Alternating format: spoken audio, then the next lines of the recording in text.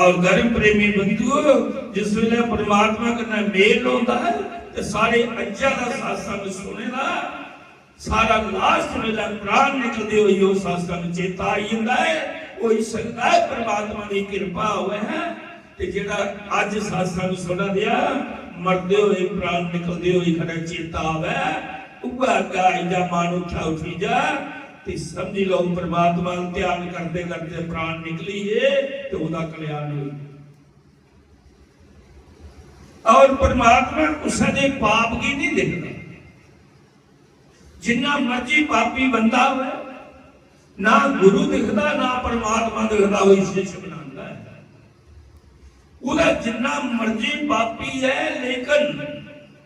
एक गल है दोबारा अगर वो नहीं गलती करता उसके सारे पाप माफ हो जाते हैं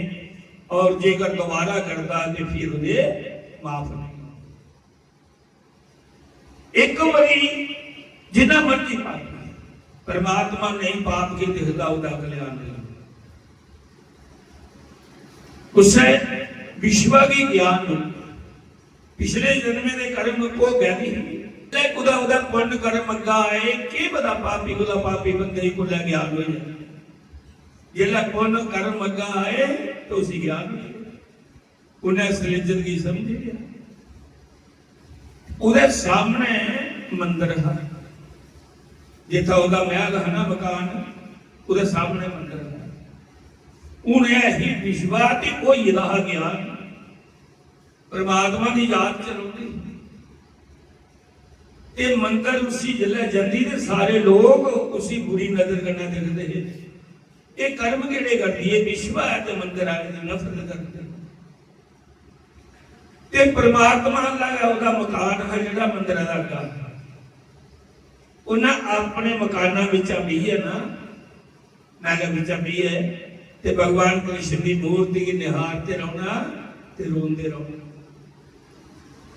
रोंदे रहना उनकी याद में भी केड़े पाप करी बैठी परमात्मा भी के बनाई उड़िया ते फिर तेरी इतनी कृपा होए भी ज्ञान भी दई उड़िया हुण भी तेरी याद नहीं भुलती तेरी छवि के मेरे अंदर नहीं निकलती ध्यान के तेरे वाल रहंदा फिर जा मत ताकत मरदे होई उधर वास होगा जिधर ध्यान फिर सपने कड़े आउंदे जेड़े करने जिहदा ज्यादा सिमरन करता होवे जिसी चाहता होवे जिहदा ध्यान करे भावे कुछ बंदे का करे जे रात का ध्यान करे तो सपने भी होते जिहड़ा भी काम करे बंदा मना हुई है दिल लाई है तो उसका चिंतन करे सपने च भी हुआ ही कोई ड्राइवर दिन रात गड्डी चलाता 6 महीने ले बाहर चली है साल नहीं साल नहीं कर साल बाद आया होना कुछ कराली में बड़ी चाह करने जाते सवालिया करने लोग कल अज बाबे अपने वो सुता वो राती सपने च भी ट्रक चला रहा अगे कोई बंदा आई आ जागो मीठा ना पूरा सुत ना जागरा बाढ़ पड़न का उठी है ना त्राह निकली है अगे बंदा आई है ट्रक चला रहा जोरे करने ब्रेक मारी लगता थी तो जागता जी खाडी च पैर फसिया ते पट्टी करना मिल गई जिले गोल गोल होया ते घराली की जाग आई बोया लत बोट जागत मारी उड़े आखला राम राम जाग आई मैं ट्रक चला रहा अगे बंदा आई है मेरे कन्ने जागत नहीं सुने जेड़ा बंदा काम करे दिन रात वो सपने भी आते हैं जे कोई सत्संग सुनता परमात्मा का सिमरन करता है ते जे सुखना भी आओगे परमात्मा का आओगे सत्संग को लगभग संत इकट्ठे हो लगन जे उस रंग में रंगोएगा वो विश्व भगवान लिखी लिखी लोग भी लेकिन जिन्हें चोला पाया ना जो उसे साधु बैठे संत बैठे कौन जानता हर दिल च गल है दिल समुद्रा डूंगा दिल किरदार समुद्र बड़ा डूंगा कोई नहीं जानता हर मन च गल है एक परमात्मा जानता या तरकालदर्शी संत जाने वो पंडित जेड़ा अंदर संत बैठे मंदिर का वो भी दिखता हो वो दिखा जी होंगी देवी भगवान की मूर्ति की दिखी दिखी रोआ जी होंगी साधु आखदा मेरे लिखी रुआरी ਉਹਦਾ ਧਿਆਨ ਕਰਦਾ। जिस वेले मौत हुई तो दौने नहीं कहते,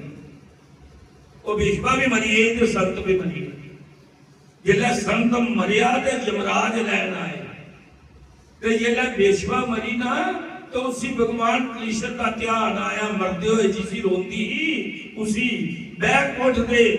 पार्षद लैन आए विष्णु भगवान दे। वो संत बोलिया आखा तुसें टबला लगी है, मी संता वो मेरे सामने विश्वा है, उसी पार्षद लैन आए दे सारी क्या दिन मौत हुई, तुसे उधर जाना, हम मेरे लाना विष्णु के पार्षद। उन्हें कहा तू ध्यान का करता रहा जो पापिया दुष्टिया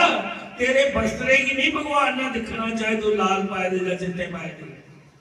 तेरा ध्यान मरते हुई ओदे वाली बखी आए। इस करिए यमराज दे अस दूत आए दे ना, ओदा ध्यान परमात्मा लहाओ, भगवान की रोंदी तू भी नहीं रोंदी, तू आधा भी रोंदी है, तू उसी रोंदा है तो तेरा ध्यान होनी बची। धर्म प्रेमी बंधु